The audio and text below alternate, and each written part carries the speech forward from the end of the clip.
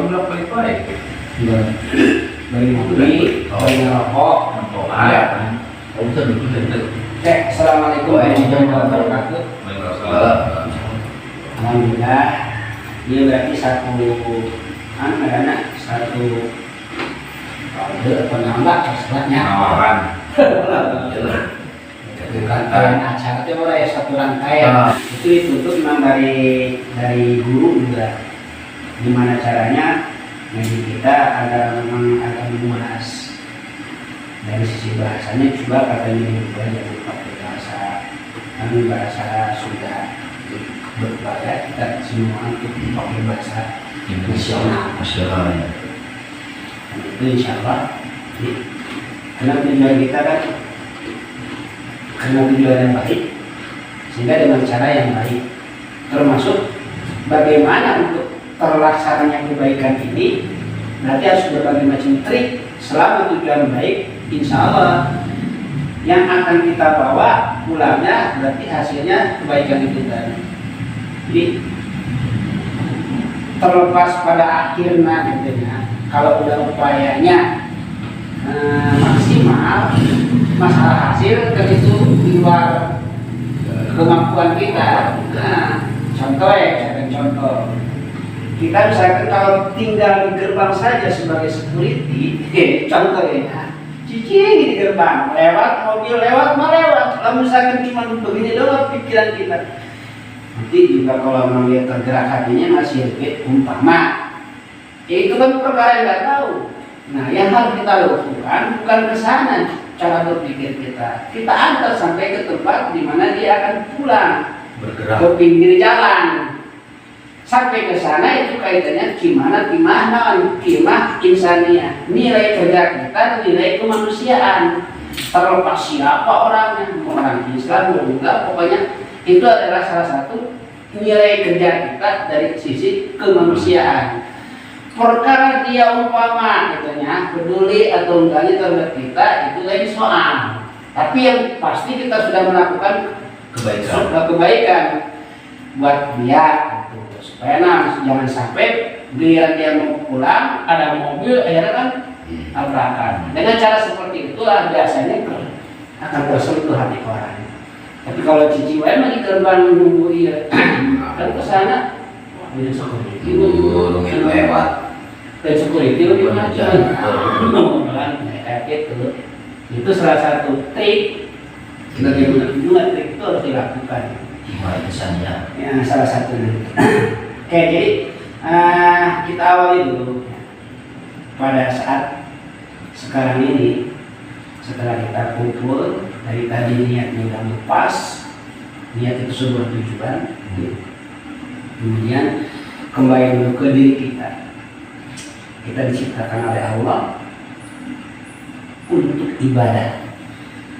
Jadi mulai dari bangun tidur sampai pada giliran tidur kembali, hingga tidur sekalipun itu akan nilai jadi ibadah.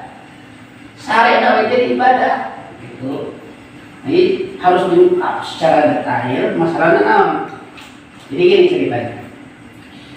Ada suatu penjelasan gitu ya. Mungkin aku udah mendengar atau belum. Katanya kita harus bisa membagi waktu. Katanya 8 jam untuk ibadah, 8 jam untuk usaha, 8 jam untuk istirahat. Pernah dengar nggak hal seperti itu? Belum. Ini kalau misalkan biasanya ya, cara pembagian orientasi, cara pembagian waktu kita gitu. Ada yang mengatakan berpendapat seperti itu. Katanya itu kaul dari ulama. Terlepas ulamanya siapa, pokoknya orang yang mengatakan seperti itu mengadopsi atas nama katanya itu kaul ulama. Kita itu katanya 24 jam dibagi 3, jadi 8 berarti. 24 jam dibagi 3. Yang pertama katanya istirahat 8 jam. Untuk bangun tidur berarti kan habis istirahat tidur maksudnya. Bangun 8 jam lagi untuk usaha, dan 8 jamnya lagi untuk ibadah. Yuk kita kupas penjelasan seperti ini kira-kira tepat apa enggak ketika kita merujuk kepada penjelasan Al-Quran. Di dalam Al-Quran, wa ma khalaqtul jinna wal insa illa liya'budun. Tidaklah menciptakan jin dan manusia kecuali hanya untuk ibadah. Ibadah mulai dari bangun tidur sampai tidur lagi, hingga tidurnya sekalipun itu ibadah. Sehingga tidak ada perbedaan yang kayak tadi.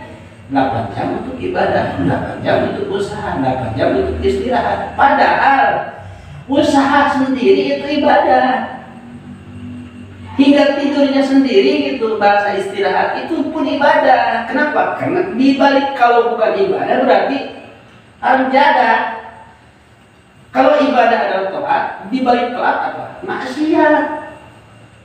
Gitu, ngerti itu maksudnya. Jadi artinya tidak kurang cocok bahasa yang dibagi-bagi seperti itu kalau kita ngaca melihat ayat Al-Quran. Seolah-olah ibadah itu dengan usaha beda, yang berbeda, dua hal yang berbeda. Padahal usaha sendiri itu adalah ibadah. Seolah-olah antara ibadah dengan istirahat seperti tidur itu seolah-olah bukan ibadah tidur mah. Karena ibadah mah tadi sudah disebutkan yang kedua. Padahal hingga tidurnya sendiri itu ibadah. Itu maksudnya. Jadi sekarang kita apa?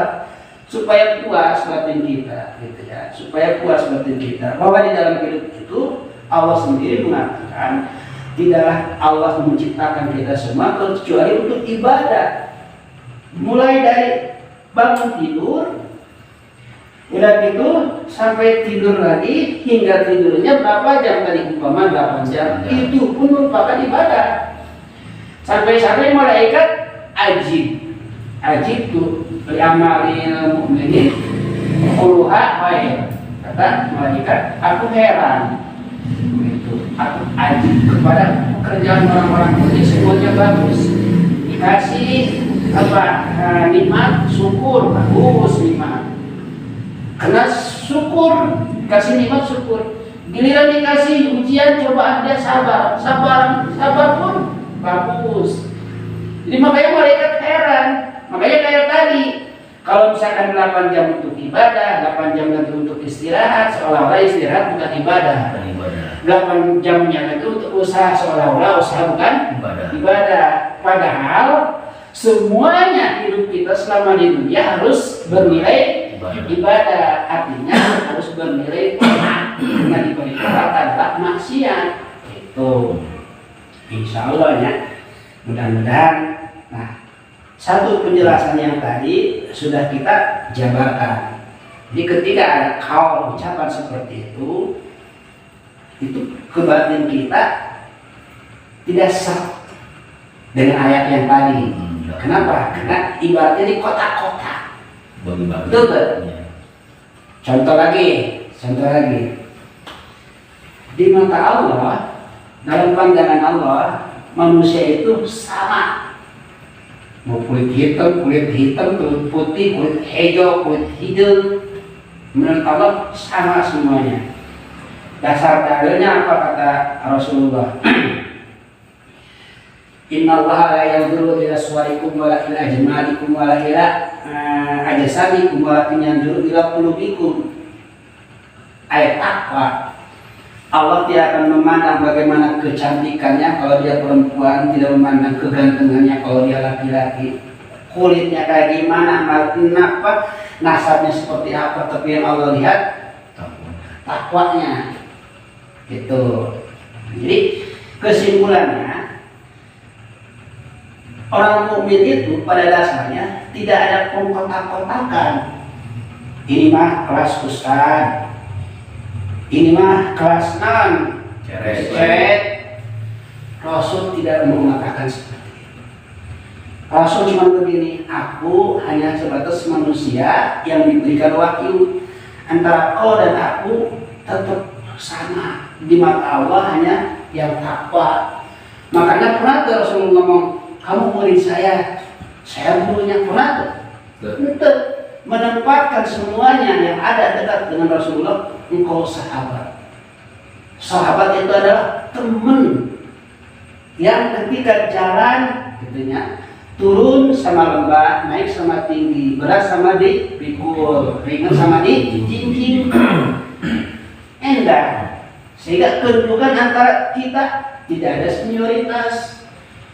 Cara belajar seperti itulah yang Rasul dulu menyontohkan. Kalau misalkan Rasul dulu berhasil dakwahnya dengan cara seperti itu, dibimbing oleh wahyu, hadisnya kayak tadi, gitu kan? Bahwa di dalam keterangan Allah, inna akramakum indallahi atqakum, di antara kalian yang paling mulia menurut Allah adalah yang takwa. Sehingga Allah tidak melihat ganteng, kulitnya, nasabnya seperti apa, tapi yang Allah lihat takwanya dan ketakwaan. Nah, kita harus bisa mempraktekkan. Di antara kita tidak ada senioritas, karena di antara kita masing-masing punya peranan. Peranan kita banyak.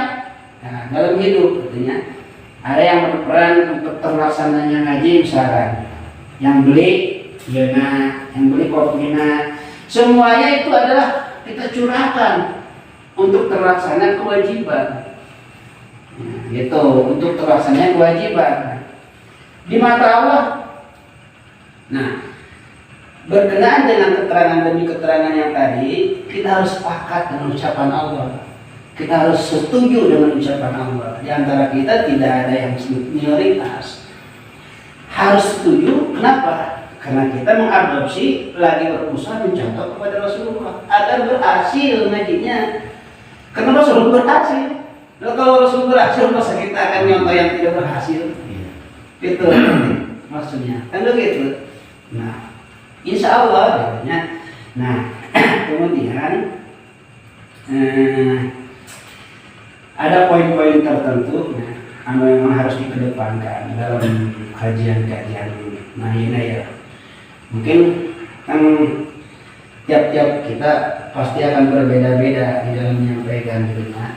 Mang Dedi, kalau saya ingat ayat mana sama ya, anu kuat tuh mana? Ti orang tua saya mana? Junaidi. Mang Dedi aja, Junaidi. Jun. Enaknya gimana nih kita nih? Soalnya ada orang dikasih nama pemberian dari lapangan, kadang-kadang hati awalnya enak, tapi udah kebiasaan, misalkan enak. Tapi enaknya bukan karena sesuai dengan setuju, karena terbiasa. Tapi yang kuat itu nama dari pemberian dari orang tua. Hati-hati kata Rasul. Kalau bicara masalah itunya, jadi Rasul sendiri mengatakan, berilah nama anak kalian sebagus mungkin. Karena innal asma bakun, nama itu kekal sampai ke surga mau berubah. Ketika ada seorang anggota keluarga yang tidak setuju anaknya diganti-ganti oleh orang lapangan, itu akan kena hisab. Gitu sampai sejauh ini orang punya cewek kan dari boga anak misalkan nggak ada Muhammad Ruslan diganti misalkan biasa itu awal nama. Tapi tidak boleh. Tidak boleh justru itu maksudnya. Tapi lamun kayak sorangan tuh mah. Nanti kayak sorangan dan diceritakan. Tapi sebenarnya tadi perlu nanya orang tua. Gitu, kalau kita mau berbicara karena pertanggungjawaban kita itu artinya hubungannya dengan perintah Allah kita. Aksinu asma'auladakum Rasul. Perbaikilah nama anakmu. Fa'inal asma bakun. Nama itu akan langgeng. Kalau ngaransi pengki itu di surga teh. Jadi pengki. Atau barang salidana pengki weh pantasnya. Gitu. Padahal makanan macam-macam. Kamu kata laki itu kumaha tah? Kata lain sama asli sebenarnya jadi coding gitu tah. Jadi bukan mami coding mana tah? Iya, yang banyak nanti makanya yang kuat itu kembali dengan nama orang dari orang tua. Karena nama itu kan ada duanya, ada nama lapangan, nama udara, nama udara. Ya memang nama khusus pemberian dari orang tua. Nah, itu yang tidak boleh dirubah-rubah sebenarnya. Berarti nggak apa-apa gitu. Ya, itu tanya Om apa ya? Gimana kalau udah orang terjadi? Cuman kan iya. Untuk zaman ayeuna zaman ayeuna. Mau bergaul teh, nah Karena ingin nama ulah anu sama sebutnya aing ople cuma kan seperti itu zaman aing nama kan gitu. Jadi cahaya sorangan. Kemudian seorang kumaha kabawa kan itu. Makanya dia itu terjadilah keinginan bisa jadi karena belum tahu dengan keterangan-keterangan yang sekarang nih yang dijelasin. Gimana kalau udah kadong gitu ya, waktu itu kan waktu belum tahu. Makanya saat-saat orang-orang non-muslim belum masuk Islam, namanya misalkan, nah Jeki, giliran masuk kan karena dunia Islam baru atur aturan Allah nya, lima, akhirnya pakai Muhammad, nah seperti itu, nah, jadi kalau perkara yang sudah ya sudah, jadi Allah nggak melihat ke belakangnya, ya Allah lihat itu bagaimana masa depan kita ke depannya, itu maksudnya. Soalnya kita kadang-kadang dipanggil gitu, boding, itu nyel, dah. Aing terbiasa mah biasa, kumaha tata, tenang, terjadi masalah. Kita mengarang udara ini, terjadi masalah. Maksudnya dia untuk pemula jangan coba-coba mengganti nama orang yang sudah dipuduk, mesti segala enak. Beneran negara anak teh orang tua sampai manggil orang keluarga. Nah, manggil tetangga terus mudah.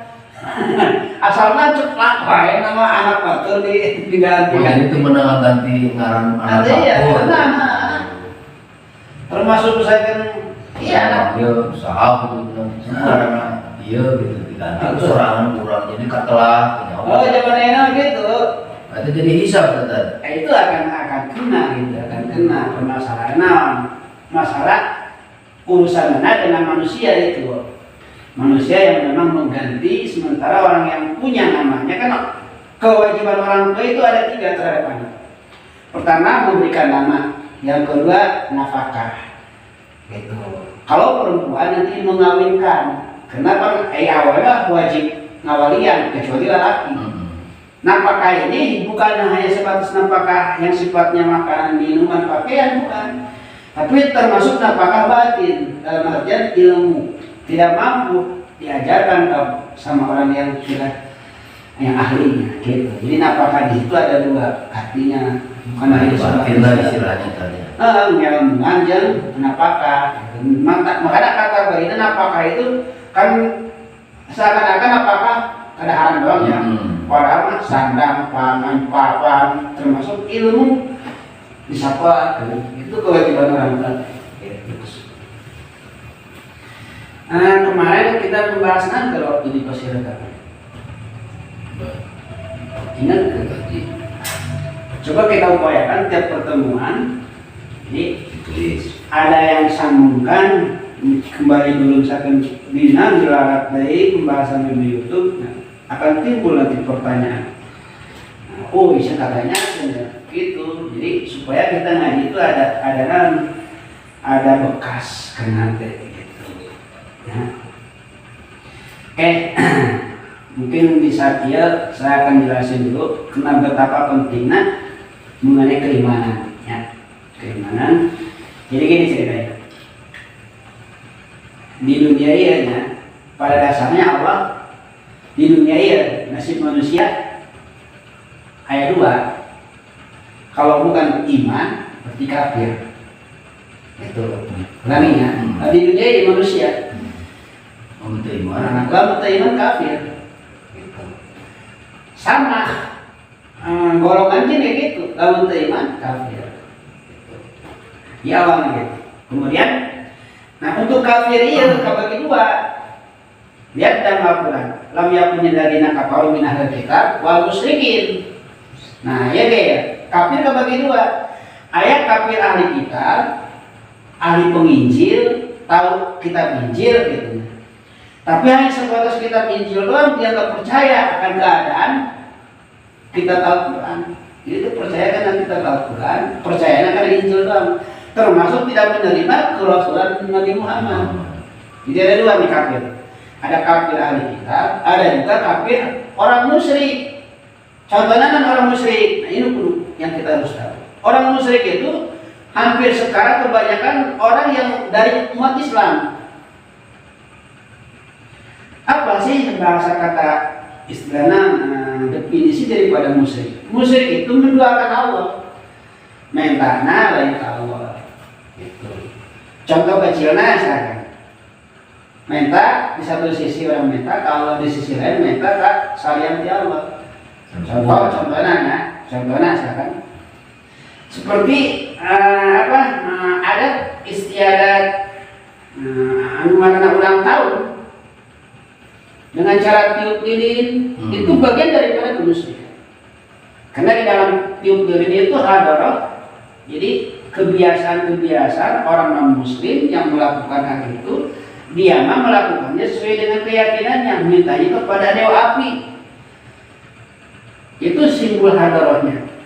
Jadi yang sifatnya simbol hadaroh, rutinitas ibadah orang non-muslim ketika diadopsi oleh orang Islam, maka kita bagian daripada mereka. Tidak boleh. Iya, tiup lilin. Tidak boleh kita melakukan. Itu contohnya. Kemudian, nah itu yang harus kita banyak pengalaman juga. Jadi contohnya, apa sih perilaku non-muslim yang selama pada saat mereka menyembah? Dari berpakaiannya, misalkan ada orang non-muslim pakaiannya misalkan pakai kuncung-kuncung, kita juga nggak boleh. Gitu. Dalam pada saat kita memohon sama Allah, jangan memakai pakaiannya seperti itu. Ciri khasnya misalkan pakaian peci kuncung gitu. Kan anak-anak ulang tahun lainnya pakai pakai kuncung gitu. Karton. Nah, itu kaitan itu Rasulullah mengatakan hati-hati. Di situlah kita wajibnya belajar agar tahu supaya jangan kita melakukan yang sudah hukumnya tidak tahu, ternyata yang kita lakukan itu adalah hal yang sangat dilarang. Gitu. Itu salah satunya. Kemudian ya untuk hal-hal contoh lainnya. Jadi kafir itu terbagi dua. Kafir muslim mah kebanyakan dari orang muslim. Orang muslim. Gitu. Termasuk misalnya muslim itu orang-orang ya muslim mah dari Islam sih. Dari Islam tapi bahkan menduakan Allah. Mana daripada muslim kamu menduakan Allah? Percaya selain dari Allah. Jadi percaya selain kepada Allah.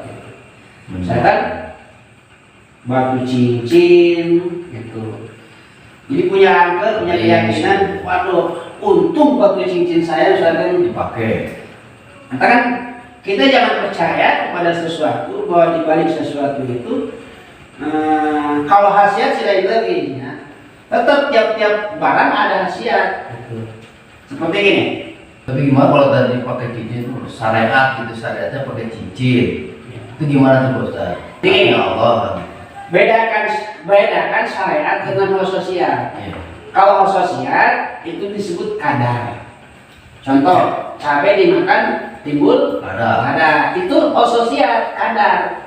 Pokoknya kajian orang ngalamun dari kumacarana ya kan cabai sangka nampai cuma bisa karena udah hukum alam dari Allah udah memberikannya khososiyatnya. Cabai malah ada, pisau mah bisa memotong.